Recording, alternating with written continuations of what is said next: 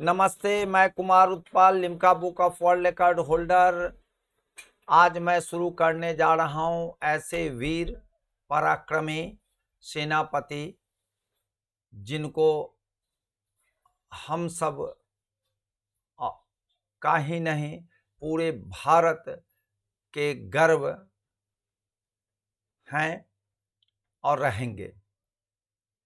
आज इनके गर्व पर हम सभी पर्व मना रहे हैं, गर्व के पर्व।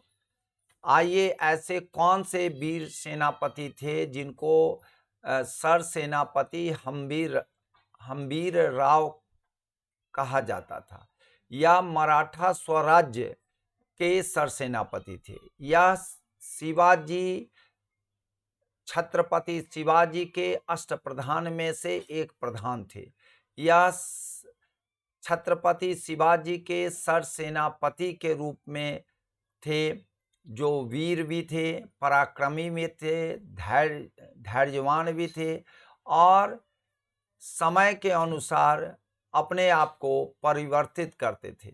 और यह जो प्रतिज्ञा लेते थे वह प्रतिज्ञा पूरा करके ही दम लेते थे। मैं एक छोटी सी बात बताने जा रहा हूं, आप सभी क्या जानते हैं? यह वही वीर हैं, वही पराक्रमी हैं जो बहलोल खान की 1.5 लाख की सेना इनसे पूर्व सेनापति रहे प्रताप राव गुर्जर, जो मात्र 1200 की सेना से उनको छक्का छुड़ा दिया, परेशान कर दिया। लेकिन इनके पूर्व रहे सेनापति प्रताप राव गुर्जर की उसमें मौत हो जाती है। इसके लिए यह कसम खाते हैं कि मैं बहलोल खान को हरा के ही रहूँगा। और उन्होंने कुछ और भी सेना को इकट्ठा किया और आनंद राव के साथ मिल करके उन्होंने बहलोल खान को हराया ही नहीं, उसमें उनको मार दिया। और कहाँ 1.5 लाख की सेना, कहाँ 2000 की सेना, यह करके साबित कर दिया कि हम पराक्रमी हैं, हम मराठा वीर हैं, हम मराठा जो सोचते हैं वह करके दिखाते हैं। शिवाजी जो छत्रपति कहलाते थे, छत्रपति शिवाजी के ये दाहिने हाथ थे।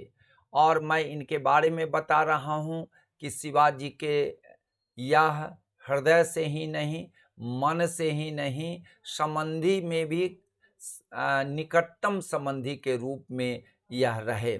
शिवाजी इनको इतने मानते थे कि वह निकटतम संबंधी अपने आप को ही नहीं जोड़े, बल्कि अपने पुत्र को भी और आने वाले वंश से संबंध स्थापित करने के लिए उनसे ऐसा प्रगाढ़ संबंध रखा, ऐसा अंतरंग संबंध रखा, जो एक दूसरे के लिए मरने के लिए तैयार रहे। और वह तैयार मुख्य रूप से राष्ट्रवाद के गर्व के रूप में जाने जाने वाले 2 पराक्रमी रहे हैं।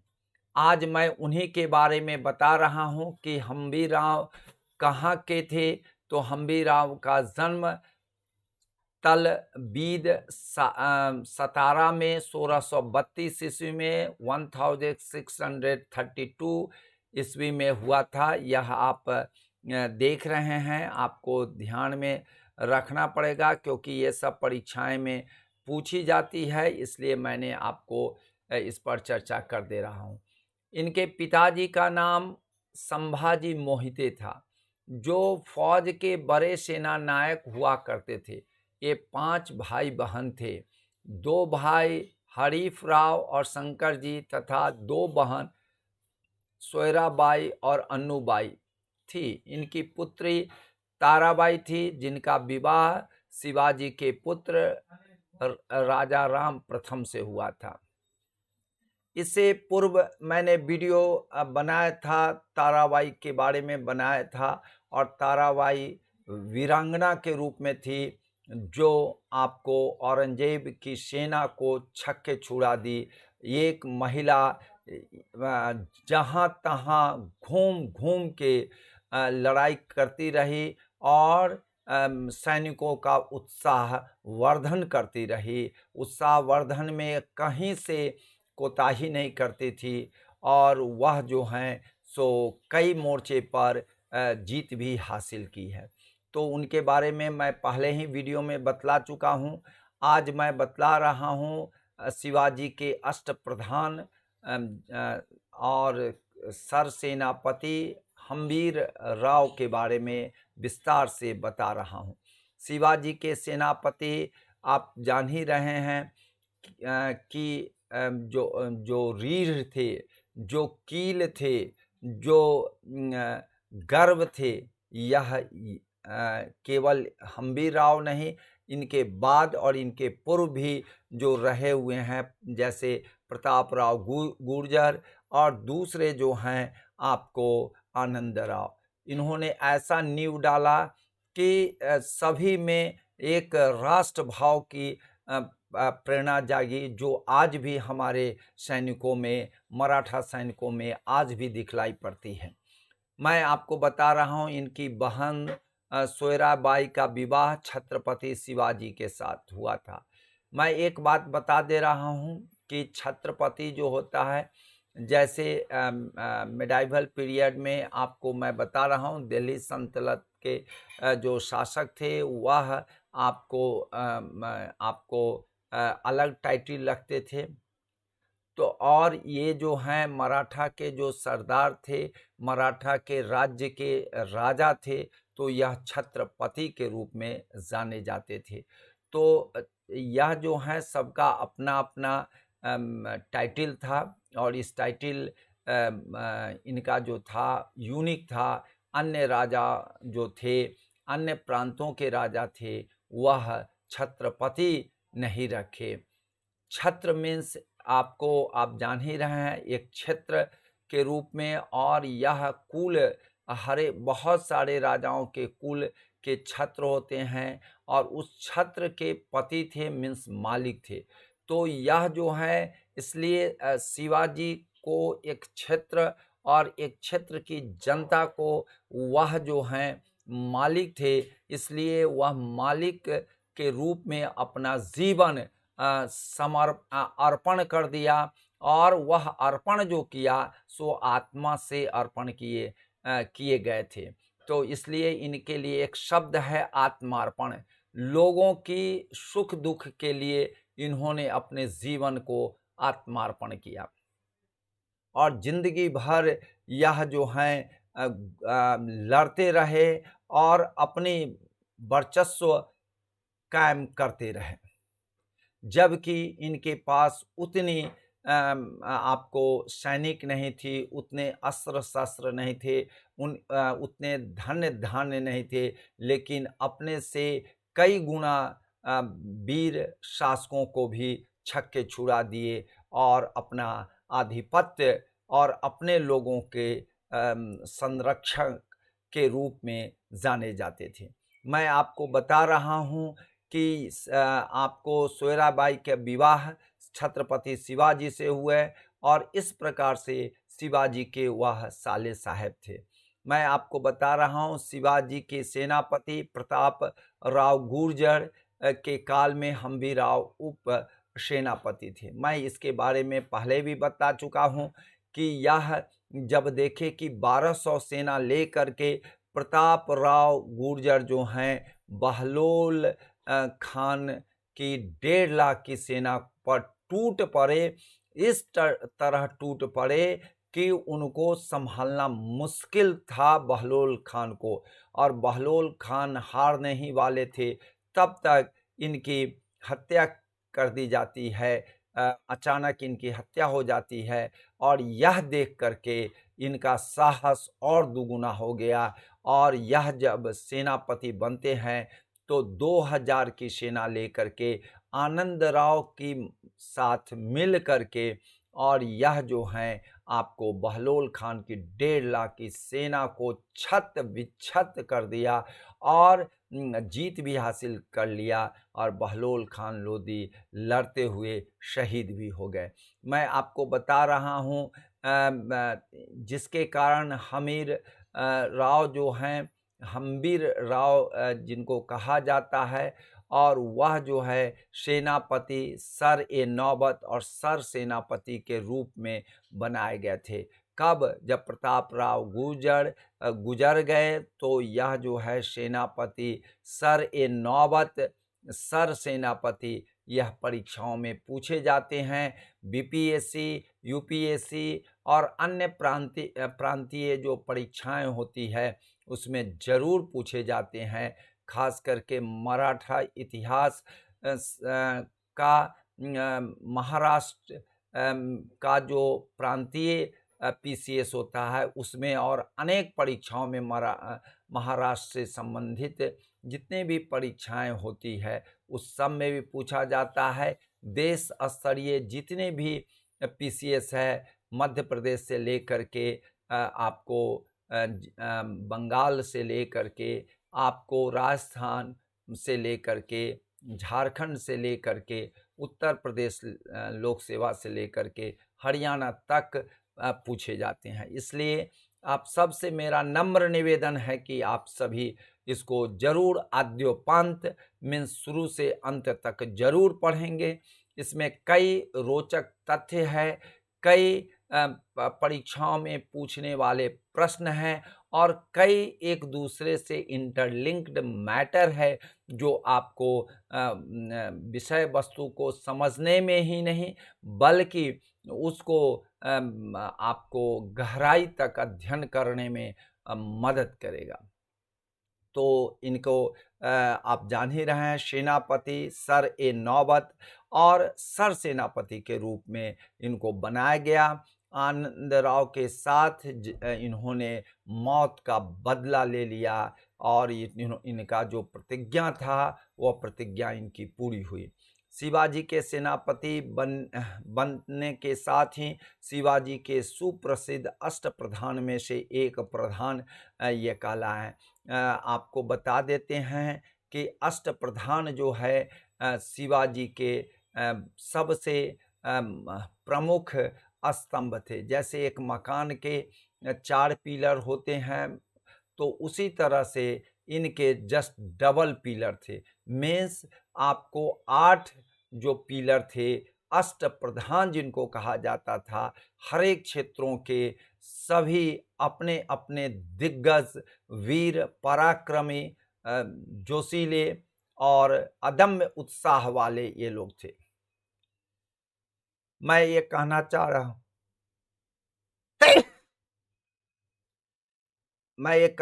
रहा हूं कि शिवाजी के मृत्यु के बाद संभाजी के काल में भी सेनापति के रूप में रहे या शिवाजी के मृत्योपरांत भी यह सेनापति के रूप में यह कार्यरत रहे। संभाजी के काल में सर्वप्रथम संभाजी एवं हमीर राव ने बुरहानपुर को लूटने का फैसला किया क्योंकि ये एक महत्वपूर्ण आर्थिक शहरों में से एक था। संभाजी के रायगढ़ किले से बुरहानपुर की दूरी 500 किलोमीटर थी, जो किलेबंद शहर था और 8000 से अधिक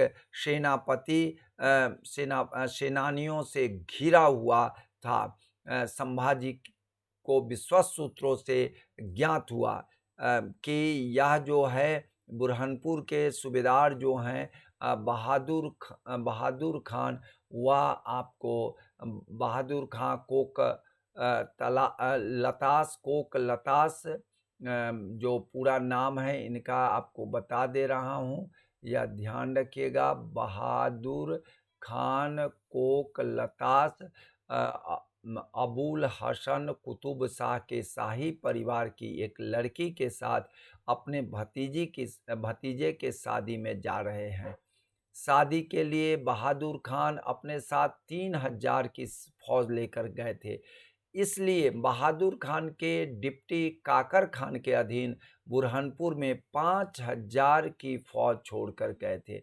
मात्र 5000 की फौज को छोड़ कर गए के चले गए। संभाजी ने सूरत पर हमला करने के लिए चाल चल करके बुरहानपुर में बल को और अधिक विभाजित करने का फैसला किया।